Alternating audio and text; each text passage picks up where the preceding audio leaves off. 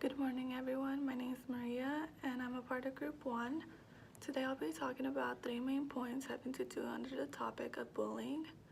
The first thing I'll talk about are laws that are put into place to protect people in schools. Secondly, I'll talk about school programs. And lastly, I will talk about school examples, specifically college campuses.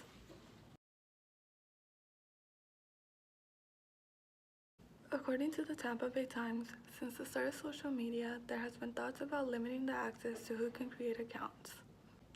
Thoughts about making the age limit to 18 or possibly 16 could possibly lower the amount of bullying that occurs within younger people on the internet. According to University Wire, the governor of Virginia, Tim Kaine, signed a bill that stated new steps in dealing with bullying. The consequences for those students who failed to uphold by these standards had the consequences of having to leave class, suspension, and/or expulsion. It is being taken into consideration that not only should the person who is causing the harm be held accountable, but so should any other person with knowledge of it who has not reported.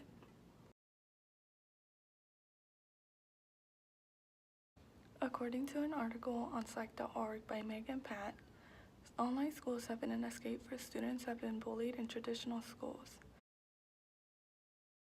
It has given them the opportunity to receive an education without the fear of facing their bully face to face. Schools have begun to give students the opportunity to talk to a psychologist to prevent further repercussions from bullying. Psychologists are trained on being able to recognize, react, and prevent any situation directed towards students that are being bullied. Many schools have taken into effect of using the method of peer mediation. This method allows students involved in the situation to talk about their problems in a more civil manner without the chances of having harsh consequences. The purpose of this method is to de-escalate situations, decrease the amount of violence and suspensions, and to teach kids that they could solve their problems without having to be violent.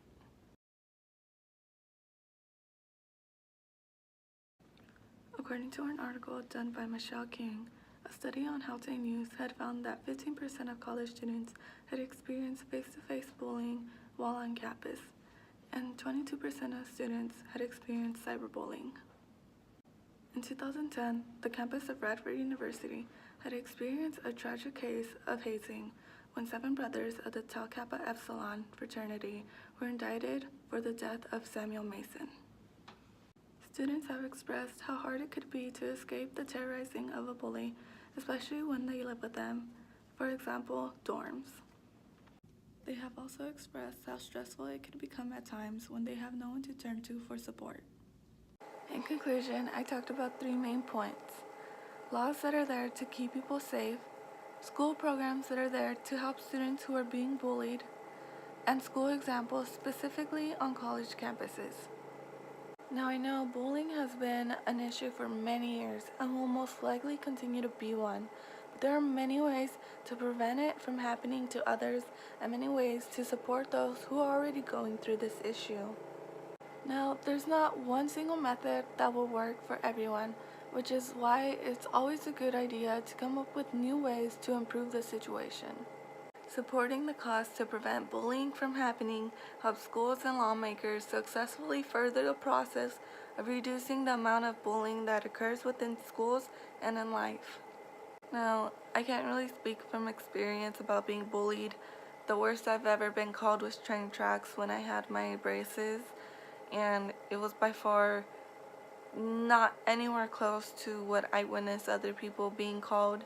I have seen a lot of people who have been cyberbullied, and I have seen a few occasions when I see people being bullied face to face.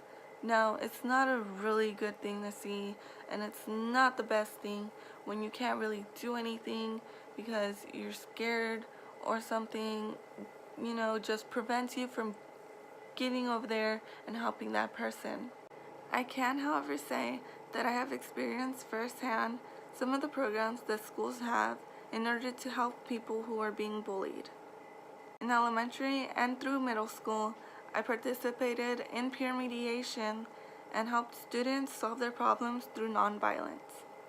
Now, we all know that bullying is really cruel and can really affect someone's life and the way they view themselves. So, being cruel to them will only make things worse. You never know what they're going through, what situation they're in right now. So, I just want to say we should all just get along. I know sometimes it's hard, but put your differences aside, and sometimes it's for the best. Being a part of the solution and not the problem is a huge step forward. One person at a time will make a huge difference. If you ever see someone who needs help, help them in any way that you can. It doesn't have to be a huge gesture.